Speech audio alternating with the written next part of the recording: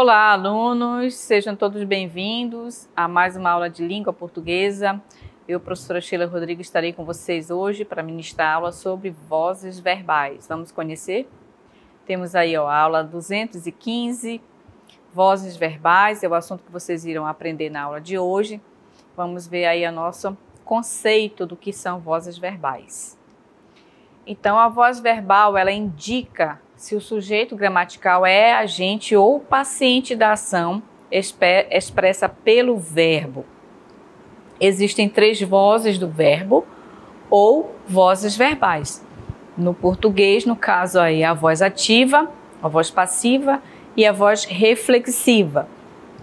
Então, nas vozes verbais, nós vamos ter esses 3 tipos de vozes, né? Então, vamos conhecer a estrutura da voz passiva analítica, não é?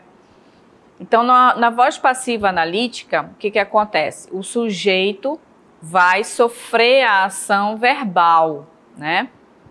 Como vocês podem observar, nós temos o sujeito aí, ó. Uma notícia polêmica foi escrita, né? Então, a gente observa aí, nós vamos ter o sujeito, ele é um sujeito paciente. Por quê? Porque ele vai estar sofrendo a ação desses 2 verbos aqui que vocês estão vendo. É um verbo auxiliar e um verbo principal. E não podemos deixar de citar o agente da passiva, né? Que é justamente por ele, né, que acontece também a ação, né, sobre o sujeito. Então, aqui nós temos sujeito paciente, tá? Por quê? Porque ele está recebendo a ação verbal, ok? No sujeito agente, quando nós temos voz ativa, o sujeito pratica a ação verbal. Nesse caso aqui, nós temos o sujeito como sendo paciente. Por quê? Porque ele está sofrendo a ação verbal que é ocasionada pelo agente da passiva. Quem é o agente da passiva aqui? O repórter, né? Pelo repórter. Observem também que no agente da passiva nós vamos ter sempre uma preposição que vai estar acompanhando o agente da passiva, ok? Então, essa é a estrutura da voz passiva analítica, né? Por quê? Porque nós temos também a voz passiva sintética, que é diferente da voz passiva analítica, ok? Seguindo, nós temos aí a voz ativa, né? O verbo está na voz ativa quando o sujeito gramatical é o agente da ação, ou seja, quando o sujeito gramatical pratica a ação verbal. Então, observem aí o exemplo. Mariana leu o livro. Então, nós temos um sujeito agente, ele pratica a ação de ler, né? De ler o livro. Então, logo nós temos voz ativa, ok? E aqui outro exemplo, olha, a avó fez o almoço. Então, observe aqui que a avó é o sujeito agente, ela está praticando a ação de fazer o almoço. Então, nessa estrutura nós temos voz ativa.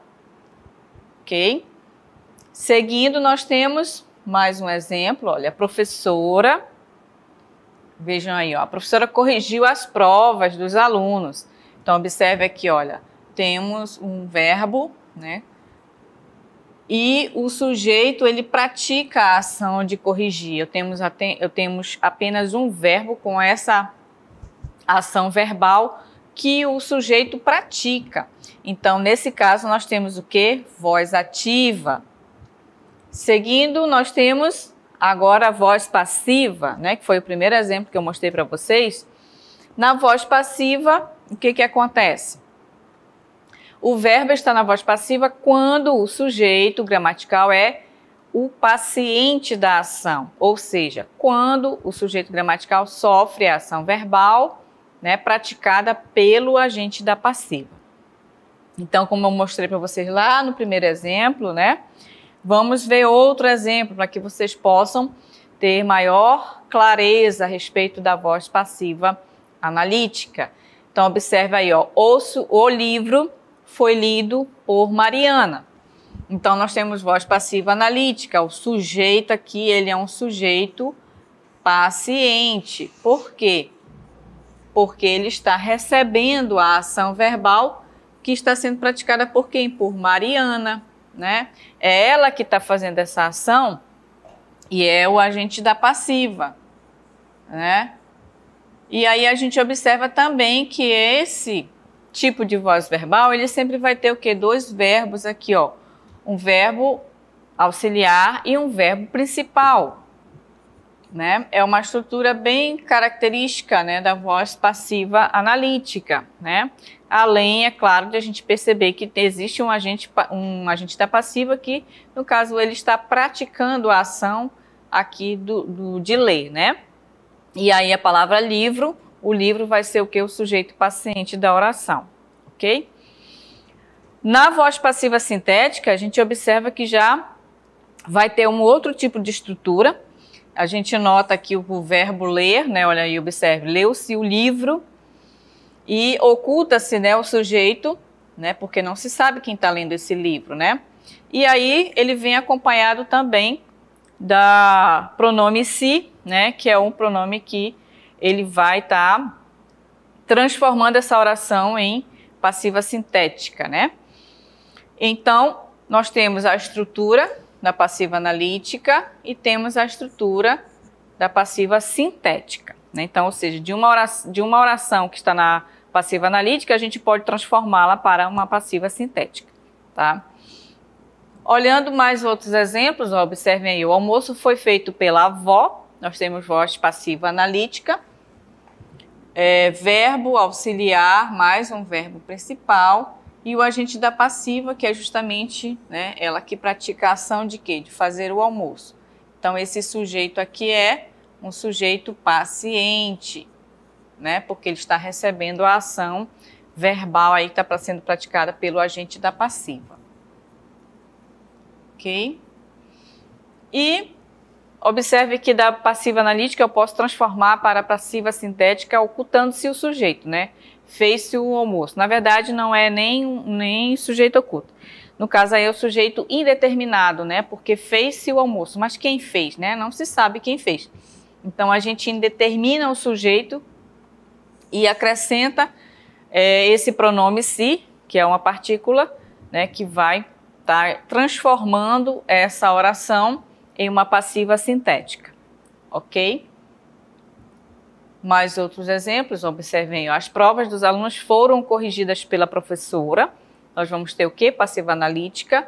Vamos olhar para o verbo, né? O verbo auxiliar mais um verbo principal. E aqui, ó, o agente da passiva pela professora. Observe que no agente da passiva sempre vai ter aqui uma preposição que vai estar acompanhando esse agente da passiva, tá?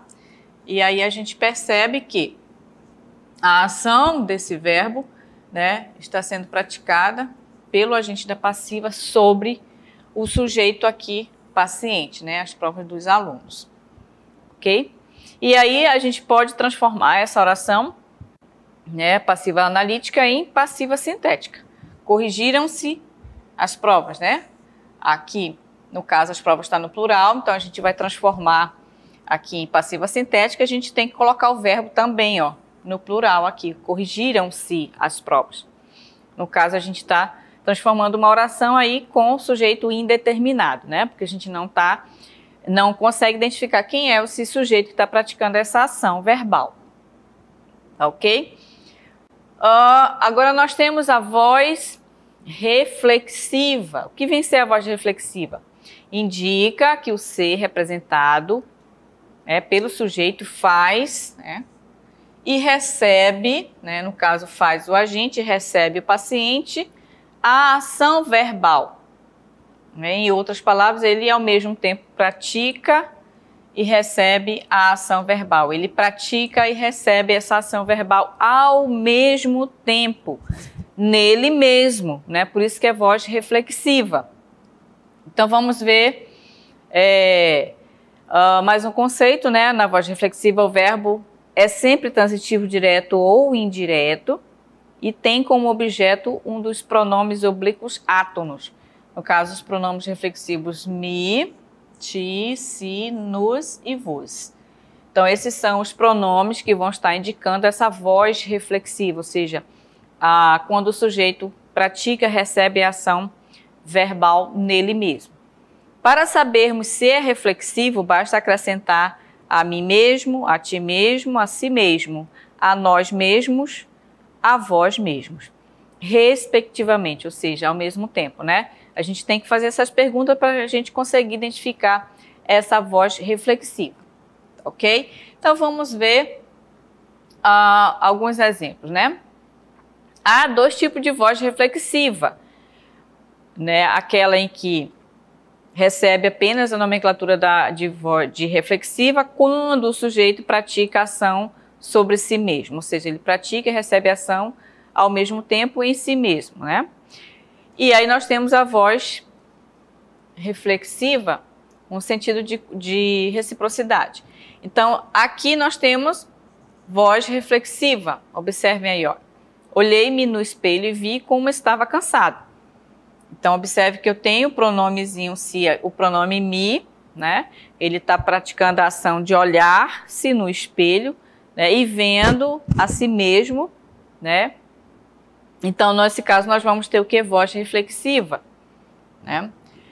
E outro exemplo, ó, Caio machucou-se com a capinha do CD, ou seja, ele machucou a ele mesmo, né? Observe que o si também é um pronome, né, oblíquo, que vai estar indicando, né, que esse sujeito praticou a ação em si mesmo, né?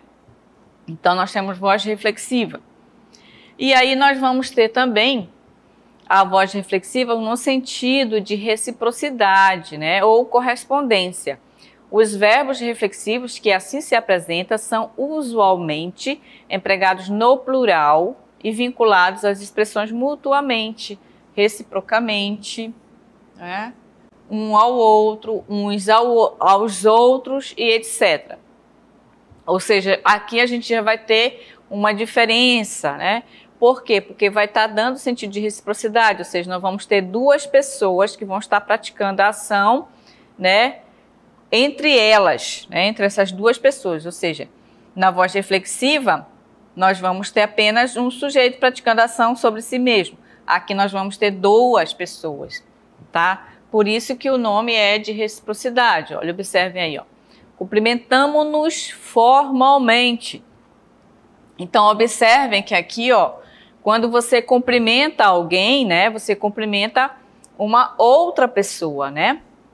Então, por isso que está no sentido de reciprocidade, porque existem duas pessoas, né, fazendo uma ação mutuamente, né, uma com a outra. Por isso que ela é chamada de voz reflexiva, no sentido de reciprocidade. Há anos não nos víamos, ou seja, existe mais de uma pessoa aí, né? Há anos que nós não víamos um ao outro, ou uma a outra, né? Então aqui a gente vai ter um sentido de reciprocidade, né? Duas pessoas estão praticando a mesma ação aqui, né? Mutuamente, entre elas. As duas torcidas ofendiam-se durante o jogo. Então, observe aí no estádio de futebol, né, em que fica uma torcida torcendo por um time, né, e do outro lado fica-se a outra torcida, né, torcendo para seus times, e de repente elas começam a se ofender, né? Geralmente isso acontece muito. E aí o que está acontecendo aí? Ela é voz reflexiva, só que no sentido de reciprocidade. Por quê? Porque está acontecendo a ofensa dos dois lados, né? Então, nós vamos ter o que aí? Nós vamos ter voz reflexiva no sentido de reciprocidade, tá certo? Por quê? Porque sempre vai ter dois aí fazendo a ação mutuamente, tá bom? Então, essa é a diferença da voz reflexiva com sentido de reciprocidade para a voz reflexiva quando o sujeito pratica e recebe a ação em si mesmo ao mesmo tempo. Ok, turmas? Então, agora a gente segue para a nossa atividade, né? Vocês vão praticar e aí daqui a pouco eu volto com vocês. Vamos lá.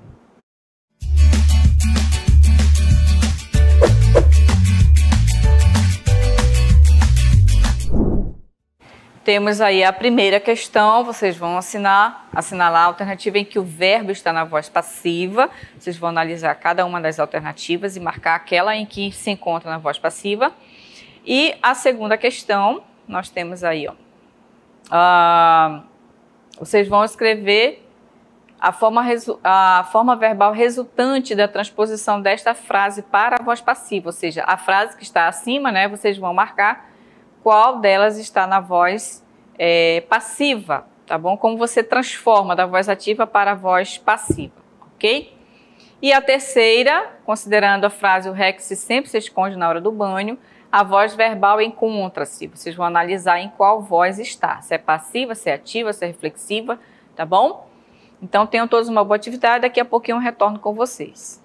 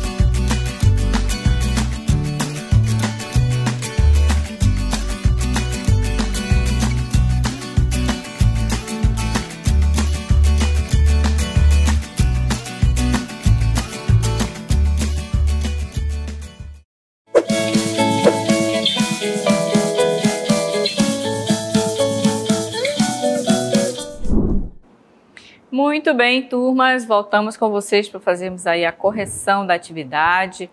Vamos ver como é que ficou aí a primeira questão sobre aí as orações, né? Assinale a alternativa em que o verbo está na voz passiva. Qual dessas alternativas o verbo está nessa estrutura verbal, nessa estrutura da voz passiva? Então, observe aqui na letra A, gosto de frutas. Então, o sujeito aqui está oculto, né? Eu gosto de frutas. Então, a gente observa que esse verbo, ele é um verbo de ação, né? O sujeito está praticando a ação de gostar. Na letra B, milhares de pessoas assistiram ao jogo. Então, observe que as pessoas estão praticando a ação, né, de assistir. Então, nós temos voz ativa. Deus criou o mundo. Então, observe aí, ó, que Deus está praticando a ação de criar. Então, a gente tem o verbo na voz ativa. A fruta foi comida pela criança. Observe aqui que eu tenho a estrutura, né, um sujeito. Temos um verbo auxiliar, mais um verbo principal, né? A preposição que acompanha quem? O agente da passiva. Por quê? Porque aqui o sujeito, né, fruta, está sofrendo a ação, né, de ser comida pelas crianças. Então, eu tenho que sujeito paciente. Logo, eu vou ter a alternativa D como resposta. Então, vamos ver aí no nosso gabarito como é que fica a resposta. Observem aí. Temos a letra D, né? Eu acabei de analisar para vocês. E no nosso comentário temos aí, ó, a fruta foi comida pela criança. O verbo está na voz passiva analítica, pois o sujeito é paciente, sofre a ação verbal, né? O verbo auxiliar mais o verbo principal no tempo particípio, praticada pelo agente da passiva, que no caso é a criança, né? Pela criança. Nas demais alternativas, os verbos estão na voz ativa. Já na segunda questão, temos aí a frase: as crianças aplaudiam um grande grupo de pessoas. A forma verbal resultante da transposição desta frase para a voz passiva é qual delas? Foi aplaudido? Eram aplaudidas? Aplaudiam-se? Era aplaudida.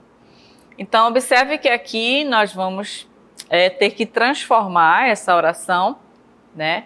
Que no caso ela está na voz ativa, a gente tem que passar ela para a voz passiva. E aí, é claro, o que vai acontecer? O verbo vai ter que mudar, né? Porque, olha, o verbo aqui está na voz ativa.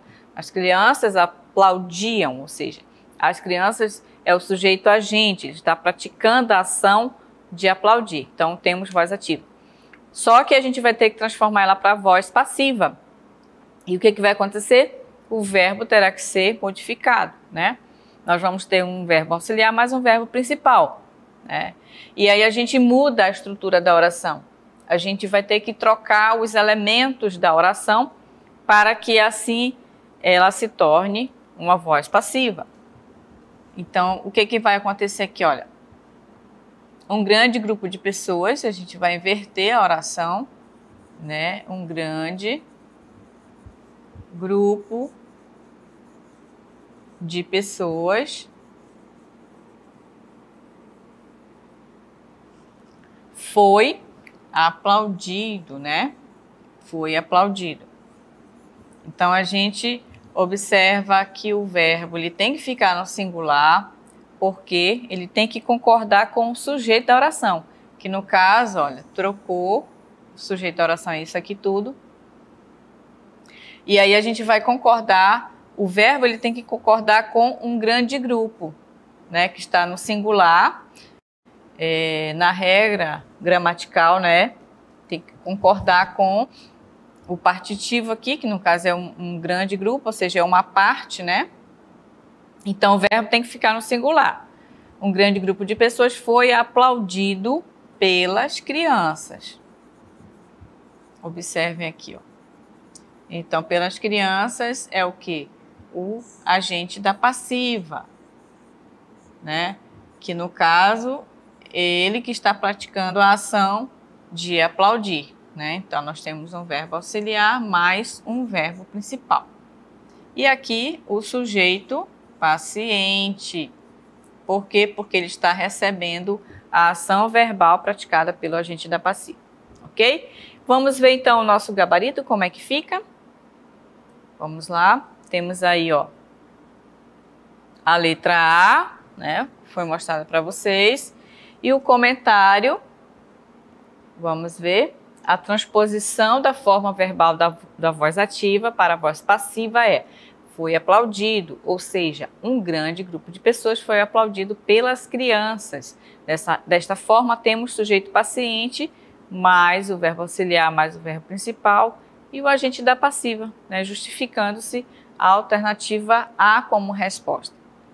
E a terceira e última questão, nós temos aí, ó, considerando-se a frase: o Rex sempre se esconde na hora do banho. Então, observe aí, a voz verbal encontra-se na voz reflexiva, né? Por que é a voz reflexiva? Porque o Rex, olha, está fazendo a ação de esconder a si mesmo. Então, nós temos voz reflexiva, em que o sujeito pratica e recebe a ação verbal ao mesmo tempo. Temos aí o comentário, vamos ver, o gabarito, aliás. A letra C como resposta, voz reflexiva. E o comentário da questão: a voz verbal está na voz reflexiva e o sujeito pratica e recebe ação verbal ao mesmo tempo. Então, gente, essa foi a nossa aula de hoje sobre vozes verbais. Até uma próxima aula em um outro momento.